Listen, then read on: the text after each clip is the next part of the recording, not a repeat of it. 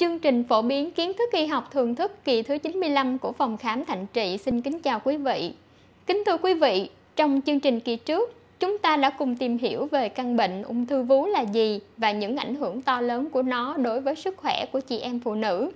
Tuy nhiên, bệnh ung thư nói chung và bệnh ung thư vú nói riêng, nếu được phát hiện sớm thì tỷ lệ điều trị khỏi rất cao. Vậy nên việc tầm soát và phát hiện sớm ung thư có ý nghĩa đặc biệt quan trọng. Phát hiện càng sớm, việc điều trị càng đơn giản, hiệu quả điều trị càng cao, chi phí điều trị càng thấp. Trong chương trình hôm nay, chúng tôi mời quý vị nghe bác sĩ Nguyễn Duy Hải, nguyên là bác sĩ điều trị tại Bệnh viện Đa khoa tỉnh Kiên Giang, sẽ trình bày về tầm quan trọng của việc tầm soát ung thư vú và các bước tầm soát ung thư gồm những gì. Mời quý vị cùng theo dõi. Xin kính chào quý vị. Kính thưa quý vị, như Dược sĩ Ngọc Quyên vừa giới thiệu, trong chương trình phổ biến kiến thức y học thường thức tuần này, tôi sẽ trình bày với các bạn về vai trò quan trọng của việc tầm soát ung thư vú và các cái bước tiến hành tầm soát. Thưa các bạn, ung thư nói chung và ung thư vú nói riêng, nếu mà được chúng ta phát hiện sớm thì cái tỷ lệ điều trị khỏi rất là cao.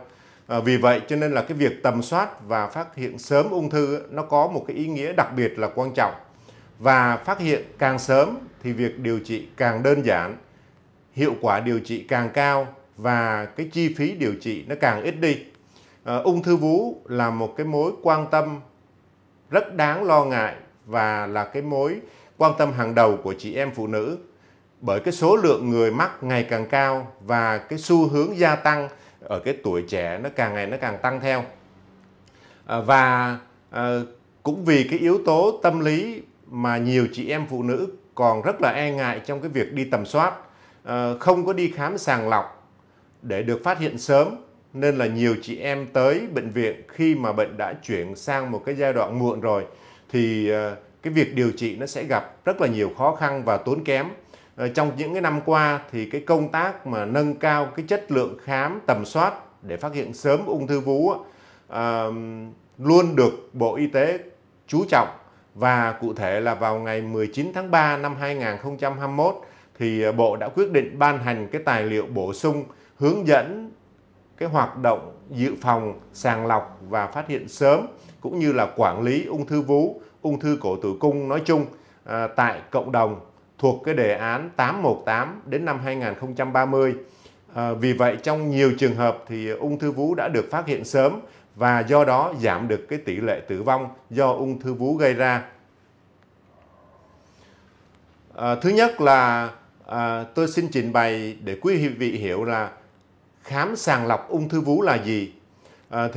Sàng lọc ung thư vú đó là cái việc mà chúng ta sử dụng các cái xét nghiệm và khám lâm sàng để sàng lọc phát hiện các cái bất thường tại tuyến vú ở cái giai đoạn mà nó chưa có triệu chứng lâm sàng.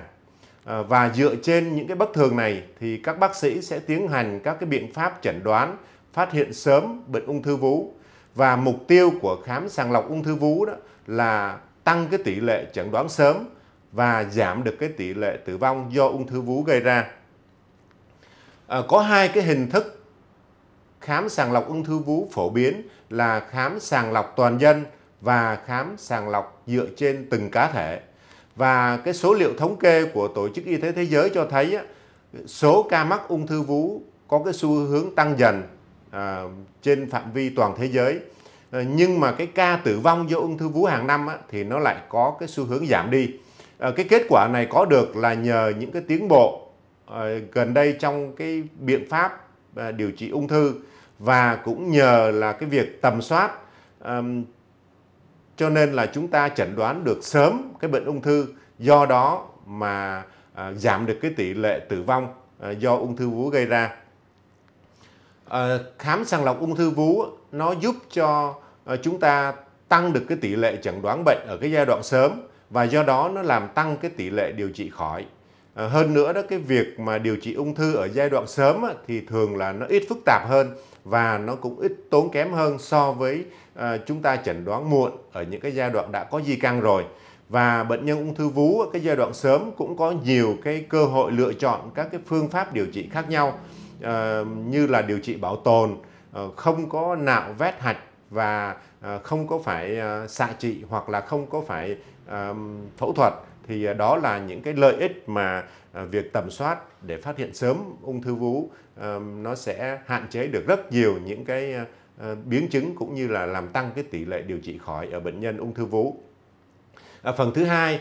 tôi xin trình bày với các bạn là đối tượng nào thì nên được khám sàng lọc. Thì thông thường đó, sàng lọc ung thư vú được dựa trên cái nguy cơ mắc ung thư vú của phụ nữ. Người ta chia ra cái đối tượng sàng lọc ung thư vú thành hai cái nhóm, là cái nhóm nguy cơ trung bình và cái nhóm tăng nguy cơ, hay còn gọi là cái nhóm nguy cơ cao. Thì thứ nhất là cái nhóm đối tượng nên khám sàng lọc thuộc cái nhóm tăng nguy cơ. Thì thứ nhất là tiền sử gia đình. Nếu mà trong cái họ hàng trực hệ mà có một người mắc ung thư vú, hoặc là ung thư buồng trứng, ung thư vòi trứng, ung thư phúc mạc, hoặc là có mẹ, có chị gái, hoặc là có con gái đã được xác định là mang cái gen đột biến BRCA, thì những cái đối tượng này gọi là cái nhóm tăng nguy cơ. Cái tiền sử có sinh thiết vú và chẩn đoán tăng sinh không điển hình, hoặc là một người bệnh nhân mà có cái tiền sử mắc ung thư biểu mô thì cũng thuộc về cái nhóm nguy cơ cao, hoặc là có tiền sử xạ trị cái thành ngực do ung thư trước tuổi 30. Ngoài ra là những cái phụ nữ mà đã được xác định là có mang cái gen BRCA đột biến thì sẽ được xếp vào cái nhóm có những cái yếu tố di truyền và cần có một cái chương trình sàng lọc dự phòng tư vấn đặc biệt hơn những cái nhóm đối tượng khác. Đó là cái nhóm nguy cơ cao. Cái nhóm thứ hai cần phải khám tầm soát, đó là nhóm nguy cơ trung bình, thì bao gồm tất cả những chị em phụ nữ từ 40 tuổi trở lên, dù mà không có một cái triệu chứng nào thì cũng phải đi tầm soát. Đó là cái nhóm nguy cơ trung bình. Cái vấn đề thứ ba là các cái bước khám sàng lọc nó sẽ được diễn ra như thế nào. Thì tùy theo vào cái mức nguy cơ ung thư vú mà các cái hoạt động khám sàng lọc sẽ được chỉ định khác nhau. Thứ nhất là đối với cái nhóm nguy cơ trung bình, thì những cái phụ nữ mà trên 40 tuổi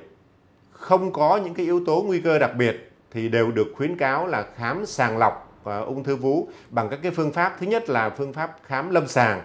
thì bác sĩ sẽ trực tiếp khám cặp ngực cho phụ nữ, đó là khám lâm sàng. Thứ hai nữa là X-quang cái tuyến vú. Thì ngoài cái X-quang này ra thì người ta có thể là chỉ định thêm cái siêu âm tuyến vú nếu mà cần thiết. Thì định kỳ hàng năm người ta phải X-quang tuyến vú một lần, hay người ta còn gọi là mammography. Thì nếu mà được khám định kỳ hàng năm thì chúng ta sẽ có nhiều cái cơ hội để phát hiện ra những cái bất thường ở tuyến vú mà chưa có một cái biểu hiện lâm sàng nào, thì chúng ta cũng có thể phát hiện ra sớm. Và dựa trên những cái kết quả về chẩn đoán hình ảnh và khám lâm sàng đó, thì các bác sĩ sẽ quyết định là phải làm thêm các cái xét nghiệm nào khác nữa, hoặc là hẹn tái khám lại sau 6 tháng hay là 1 năm. Thì cái đó là tùy vào cái kết quả của việc khám sàng lọc mà bác sĩ sẽ có cái lịch hẹn. Cái nhóm thứ hai là nhóm tăng nguy cơ hay là cái nhóm nguy cơ cao. Thì những cái phụ nữ dù mà chưa đến 40 tuổi, không có triệu chứng hay là có các cái dấu hiệu bất thường, nhưng mà thuộc cái nhóm đối tượng có nguy cơ mắc ung thư cao, thì cũng phải cần gặp bác sĩ để được tư vấn về cái thời điểm bắt đầu khám sàng lọc ung thư vú. Phụ nữ thuộc cái nhóm này thì có thể khám sàng lọc sớm hơn, cái thời gian khám sàng lọc định kỳ nó dày hơn, và có thể làm nhiều cái xét nghiệm sàng lọc hơn cái nhóm đối tượng nguy cơ trung bình. Và ở những cái người mà có các cái yếu tố gợi ý có cái đột biến gen ung thư là một bệnh di truyền, thì cái việc khám sàng lọc bao gồm cả cái việc tư vấn xét nghiệm tìm cái gen đột biến liên quan đến ung thư như là BRCA, và đó là cái cơ sở để đưa ra các cái tư vấn phù hợp cho từng nhóm đối tượng một. Và từng bước khám cho cái nhóm đối tượng nguy cơ cao đó, thì việc đầu tiên cũng là phải khám lâm sàng trước. Thì do các cái bác sĩ người ta sẽ thực hiện khám trực tiếp trên người bệnh để người ta phát hiện những cái bất thường tại tuyến vú, cũng như là các cái hạch ở vùng nách chẳng hạn, mà những cái người phụ nữ trong khi mà tự khám thì có thể không phát hiện ra. Thứ hai nữa là chụp X quang tuyến vú, hay người ta còn gọi là chụp nhũ ảnh. Thì mục đích là để tìm kiếm những cái bất thường về hình ảnh trên X quang của tuyến vú. Thì X quang tuyến vú nó có thể phát hiện những cái bất thường mà ở cái giai đoạn rất là sớm mà chúng ta dùng khám lâm sàng hoặc là người phụ nữ tự khám thì cũng không phát hiện ra. Thì X quang nó sẽ hỗ trợ rất sớm trong những cái tổn thương sớm, và cái tổn thương nó còn rất nhỏ thì nó cũng có thể phát hiện ra, kể cả khi mà chưa có cái triệu chứng lâm sàng nào. Kế đến là siêu âm. Thì siêu âm tuyến vú là một cái phương pháp người ta dùng cái sóng siêu âm để nó tái tạo lại một cái hình ảnh của tuyến vú. Thì siêu âm là một cái phương tiện rất là dễ làm, ở cái cơ sở y tế nào cũng có thể làm được. Và đây là một cái phương pháp cung cấp những cái thông tin hỗ trợ cho bác sĩ trong cái việc chẩn đoán ung thư vú, nhất là những ở bệnh nhân mà có cái mật độ tuyến vú lớn. Ngoài ra thì siêu âm tuyến vú còn giúp cho đánh giá cái tình trạng có hạch, chẳng hạn như hạch ở nách, hạch nó đã di căn ra cái vùng xa tuyến vú rồi, thì siêu âm rất là hiệu quả trong cái việc tầm soát những cái hạch này. Và nó có thể giúp được phân biệt cái nang tuyến vú với các cái tổn thương dạng đặc khác ở tuyến vú. Thì siêu âm là một cái phương pháp rất là đơn giản và rẻ tiền, nhưng mà nó lại mang lại rất là nhiều cái hiệu quả, giúp cho bác sĩ tham khảo và đưa ra cái chẩn đoán phù hợp. Thứ tư là sau khi mà chúng ta đã thăm khám tầm soát rồi thì chúng ta đưa ra cái tư vấn cho từng đối tượng, và dựa theo cái kết quả khám sàng lọc đó thì chúng ta có những cái tư vấn phù hợp. Thì dựa vào cái kết quả mà chúng ta khám sàng lọc thì bác sĩ sẽ tư vấn về các cái bước tiếp theo, bao gồm là cái thời gian sàng lọc lần tới, hoặc là những cái xét nghiệm nào cần làm thêm hay không. Hầu hết ở phụ nữ có kết quả sàng lọc thì nếu mà được đánh giá là bình thường thì sẽ có cái khuyến cáo là sẽ khám định kỳ hàng năm, hoặc là tư vấn để cho người bệnh tự khám vú thường xuyên ở nhà. Và một người có cái kết quả sàng lọc nếu mà nghi ngờ thì bác sĩ sẽ có những cái chỉ định sớm hơn, tái khám sớm hơn và làm các cái xét nghiệm phù hợp cho từng cái kết quả một. Thì đó là những cái kết quả mà khám sàng lọc có được thì bác sĩ sẽ đưa ra những cái tư vấn phù hợp, cũng như là những cái biện pháp thăm khám nào tiếp theo thì tùy theo những cái trường hợp cụ thể mà bác sĩ sẽ đưa ra những cái lời khuyên. Đó là những cái bước khám tầm soát ung thư vú rất là đơn giản và rất là dễ thực hiện. Đây là một cái chương trình mà Bộ Y tế rất là chú trọng và thường xuyên đưa ra những cái hoạt động thăm khám cho chị em phụ nữ. Bởi vì nếu chúng ta phát hiện sớm, tầm soát phát hiện sớm thì cái tỷ lệ tử vong do ung thư vú nó sẽ được giảm rất nhiều, và cái tỷ lệ mà điều trị khỏi rất cao. Đó là những cái tầm quan trọng của việc chúng ta phải tầm soát khám ung thư hàng năm, và các cái biện pháp mà chúng ta thăm khám trong cái quá trình sàng lọc. Rất mong tất cả các chị em phụ nữ chúng ta thường xuyên thăm khám vú tại nhà, cũng như đi thăm khám định kỳ, khám sàng lọc để phát hiện sớm những cái bất thường. Nếu có thì chúng ta điều trị một cách tích cực và đạt được kết quả cao để giữ gìn cái sức khỏe của quý vị, giữ gìn được cái vẻ đẹp của người phụ nữ. Đó là những cái vấn đề quan trọng của việc khám tầm soát và chẩn đoán sớm bệnh ung thư.